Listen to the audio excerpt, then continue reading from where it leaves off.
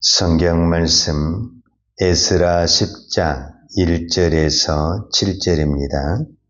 에스라가 하나님의 성전 앞에 엎드려 울며 기도하여 죄를 잡아갈 때에 많은 백성이 크게 통곡하며 이스라엘 중에서 백성의 남녀와 어린아이의 큰 무리가 그 앞에 모인지라. 엘란 자손 중 여일의 아들 스가냐가 에스라에게 이르되 우리가 우리 하나님께 범죄하여 이 땅 이방 여자를 맞이하여 아내로 삼았으나 이스라엘에게 아직도 소망이 있나니 곧 내 주의 교훈을 따르며 우리 하나님의 명령을 떨며 준행하는 자의 가르침을 따라 이 모든 아내와 그들의 소생을 다 내보내기로 우리 하나님과 언약을 세우고 율법대로 행할 것이라. 이는 당신이 주장할 일이니 일어나소서 우리가 도우리니 힘써 행하소서 하니라. 이 에스라가 일어나 제사장들과 레위 사람들과 온 이스라엘에게 이 말대로 행하기를 맹세하게 하며 무리가 맹세하는지라.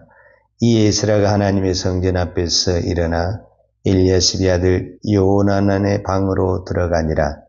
그가 들어가서 사로잡혔던 자들의 죄를 근심하여 음식도 먹지 아니하며 물도 마시지 아니하더니 유다와 예루살렘에 사로잡혔던 자들의 자손들에게 공포하기를 너희는 예루살렘으로 모이라. 아멘.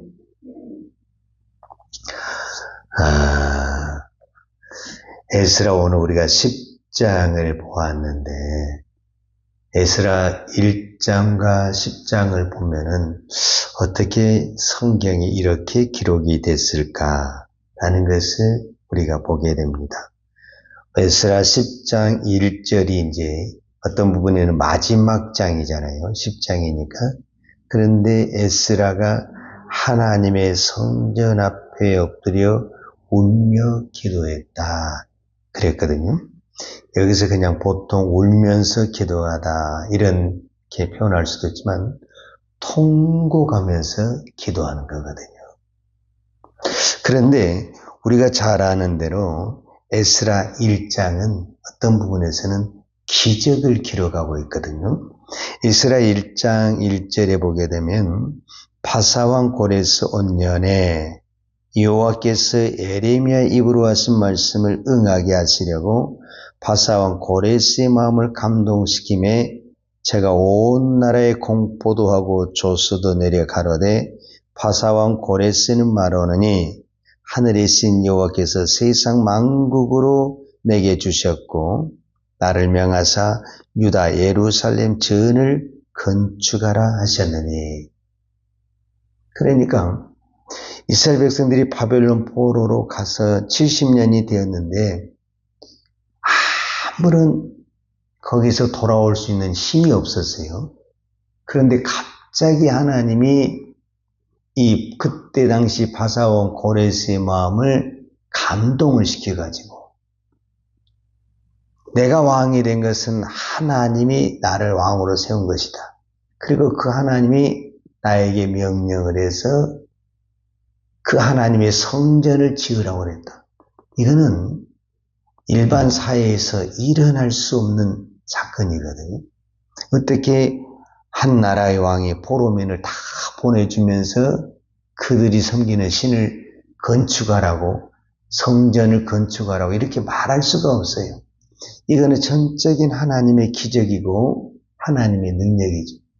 그렇게 해서 우여곡절 끝에 성전을 세웠다고 한다면 우리는 그 성전에서 더 큰 기적과 영광이 나타나고 화려함이 나타나야 되는데 그 성전은 그대로 있는데 사람들이 타락하고 범죄하고 그 다음에 우상을 섬기고 하나님을 떠나는 현상이 나타났다.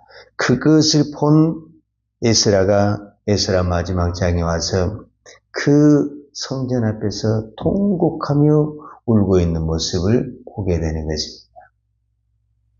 저는 이 말씀을 보면서 여러분 우리가 성전을 세울 때 얼마나 힘들게 세웁니까? 우리의 시간과 우리의 물질과 우리의 모든 것을 쏟아부어서 성전을 세웁니다. 그런데 그 성전이 우리의 믿음을 지켜주지 못한다는 것입니다. 우리나라도 이미 그런 현상이 나타나고 있지만 저는 유럽에 한 번도 가본 적은 없어요. 그러나 유럽에 가면은 그때 당시 그렇게 화려했던 성전이 그대로 서 있습니다. 그런데 성전은 있는데 예배자가 없습니다. 오늘 우리도 멀지 않았어요. 이 땅에 얼마나 교회가 많습니까? 적은 교회는 별표가 안 나죠. 그런데 큰 교회는, 세계적인 교회는 성전은 있는데 만약에 사람이 없다, 즉 성도가 없다, 건물이 유지할 수가 없습니다. 그래서 건물이 무너지는 거예요. 그러니까 우리가 제1차 솔로몬 성전도 보세요. 솔로몬 성전도 얼마나 화려하게 지었습니까? 그러나 그 성전을 지은 솔로몬이 마지막에 하나님을 떠나고 이방신을 섬기면서 그 화려한 성전이 결국은 무너지게 되는 것을 볼 수가 있습니다.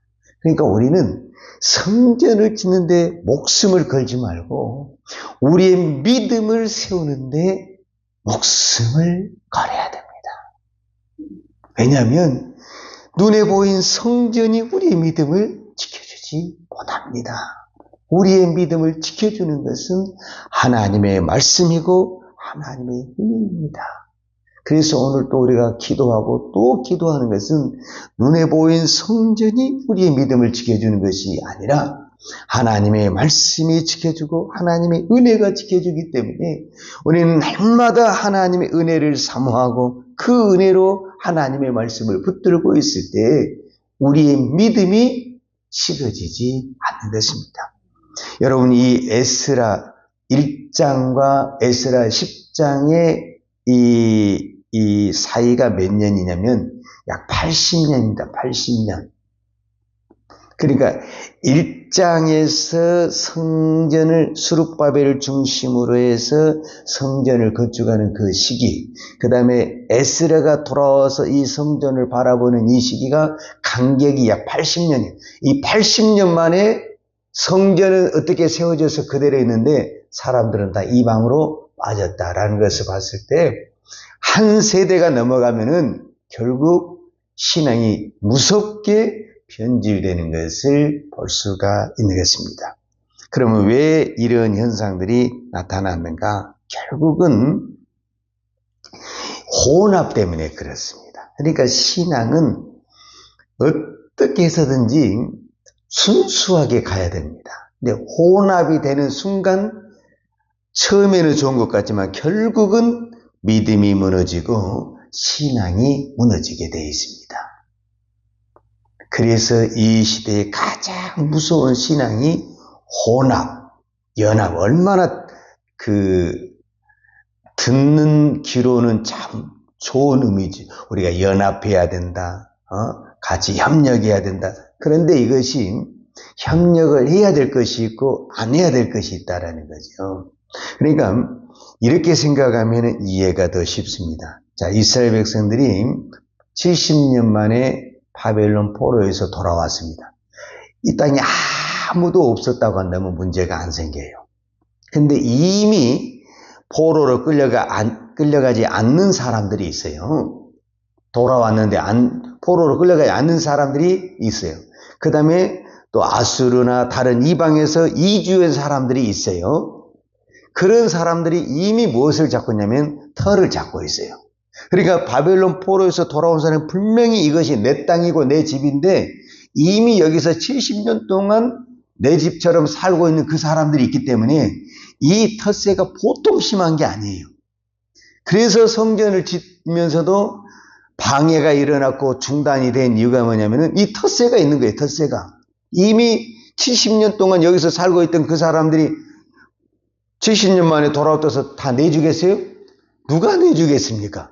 텃세를 부르죠. 그러니까 어떻게 성전을 지었는데 또 먹고는 살아야 되잖아요. 근데 모든 장악을 누가 다 하고 있냐면은 그 먼저 온 기득권자들이 다 하고 있는 거예요. 그러니까 이 사람들하고 손을 안 잡고는 여기서 발붙이고 살기가 너무너무 힘드는 거예요, 사실은. 그래서 어쩔 수 없이 먹고 살아야 되고 내 자리를 지켜야 되니까 그 사람들하고 손을 잡을 수밖에 없는 그런 환경이 일어나게 된 거예요. 자, 오늘 우리가 9장을 보았는데, 10장을 보았는데, 9장에 보면은 에스라가 이제 9장, 10장이 에스라가 이제 그 성전 앞에서 통곡하고 우리로 말하면 중보기도하고 회개기도하는 건데, 그 기도하고 있을 때 무슨 일이 벌어지게 되냐면은 그 성전에서 그 이제 몇몇 사람들이 에스라에게 말을 하는 거예요. 제일 먼저 타락한 사람들이 누가 되었다고 하냐면은 9장 2절에 보게 되면 그들의 딸을 맞이하여, 그러니까 이제 이방의 딸을 맞이하여 아내와 며느리로 삼아 거룩한 자손이 그 지방 사람들과 서로 섞이게 하는데 누가 우선이었냐면 방백들과 고관들이 이 죄에 더 으뜸이 되었다 하는지라 그랬지. 그러니까 지도자들이 먼저 이렇게 가버리니까 백성은 누구도 하는데 우리도 해도 되는가 보다 그냥 자연스럽게 따라가 버리게 된 거예요. 그래서 이제 에스라가 통곡하며 이제 울고 있다 보니까 또 무슨 현상이 일어나냐면은 그 에스라가 통곡하는 모습을 보고 하나님이 또 은혜를 주셔서 그랬겠지만은 그쪽으로 가면서도 마음에 뭔가 거리낌이 있는 그 신앙의 양심이란 게 있는 거잖아요. 그 사람들이 돌아왔다.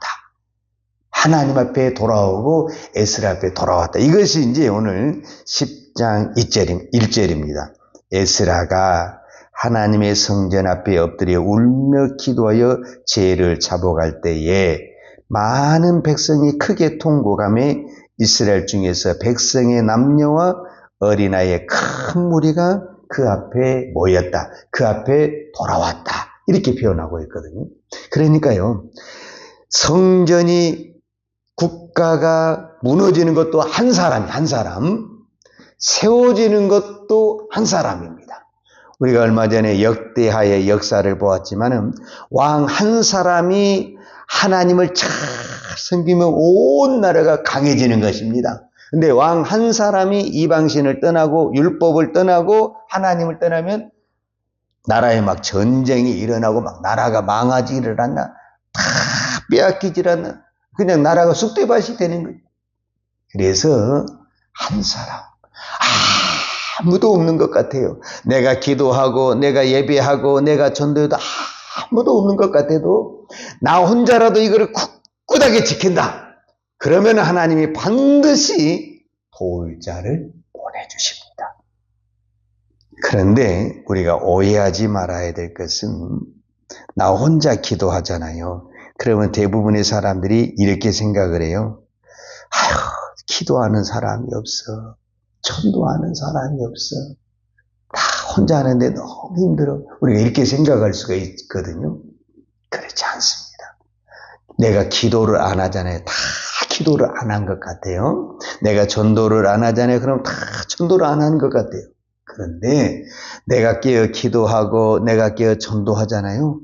의외로 기도하는 사람도 많고 전도하는 사람도 많이 있습니다.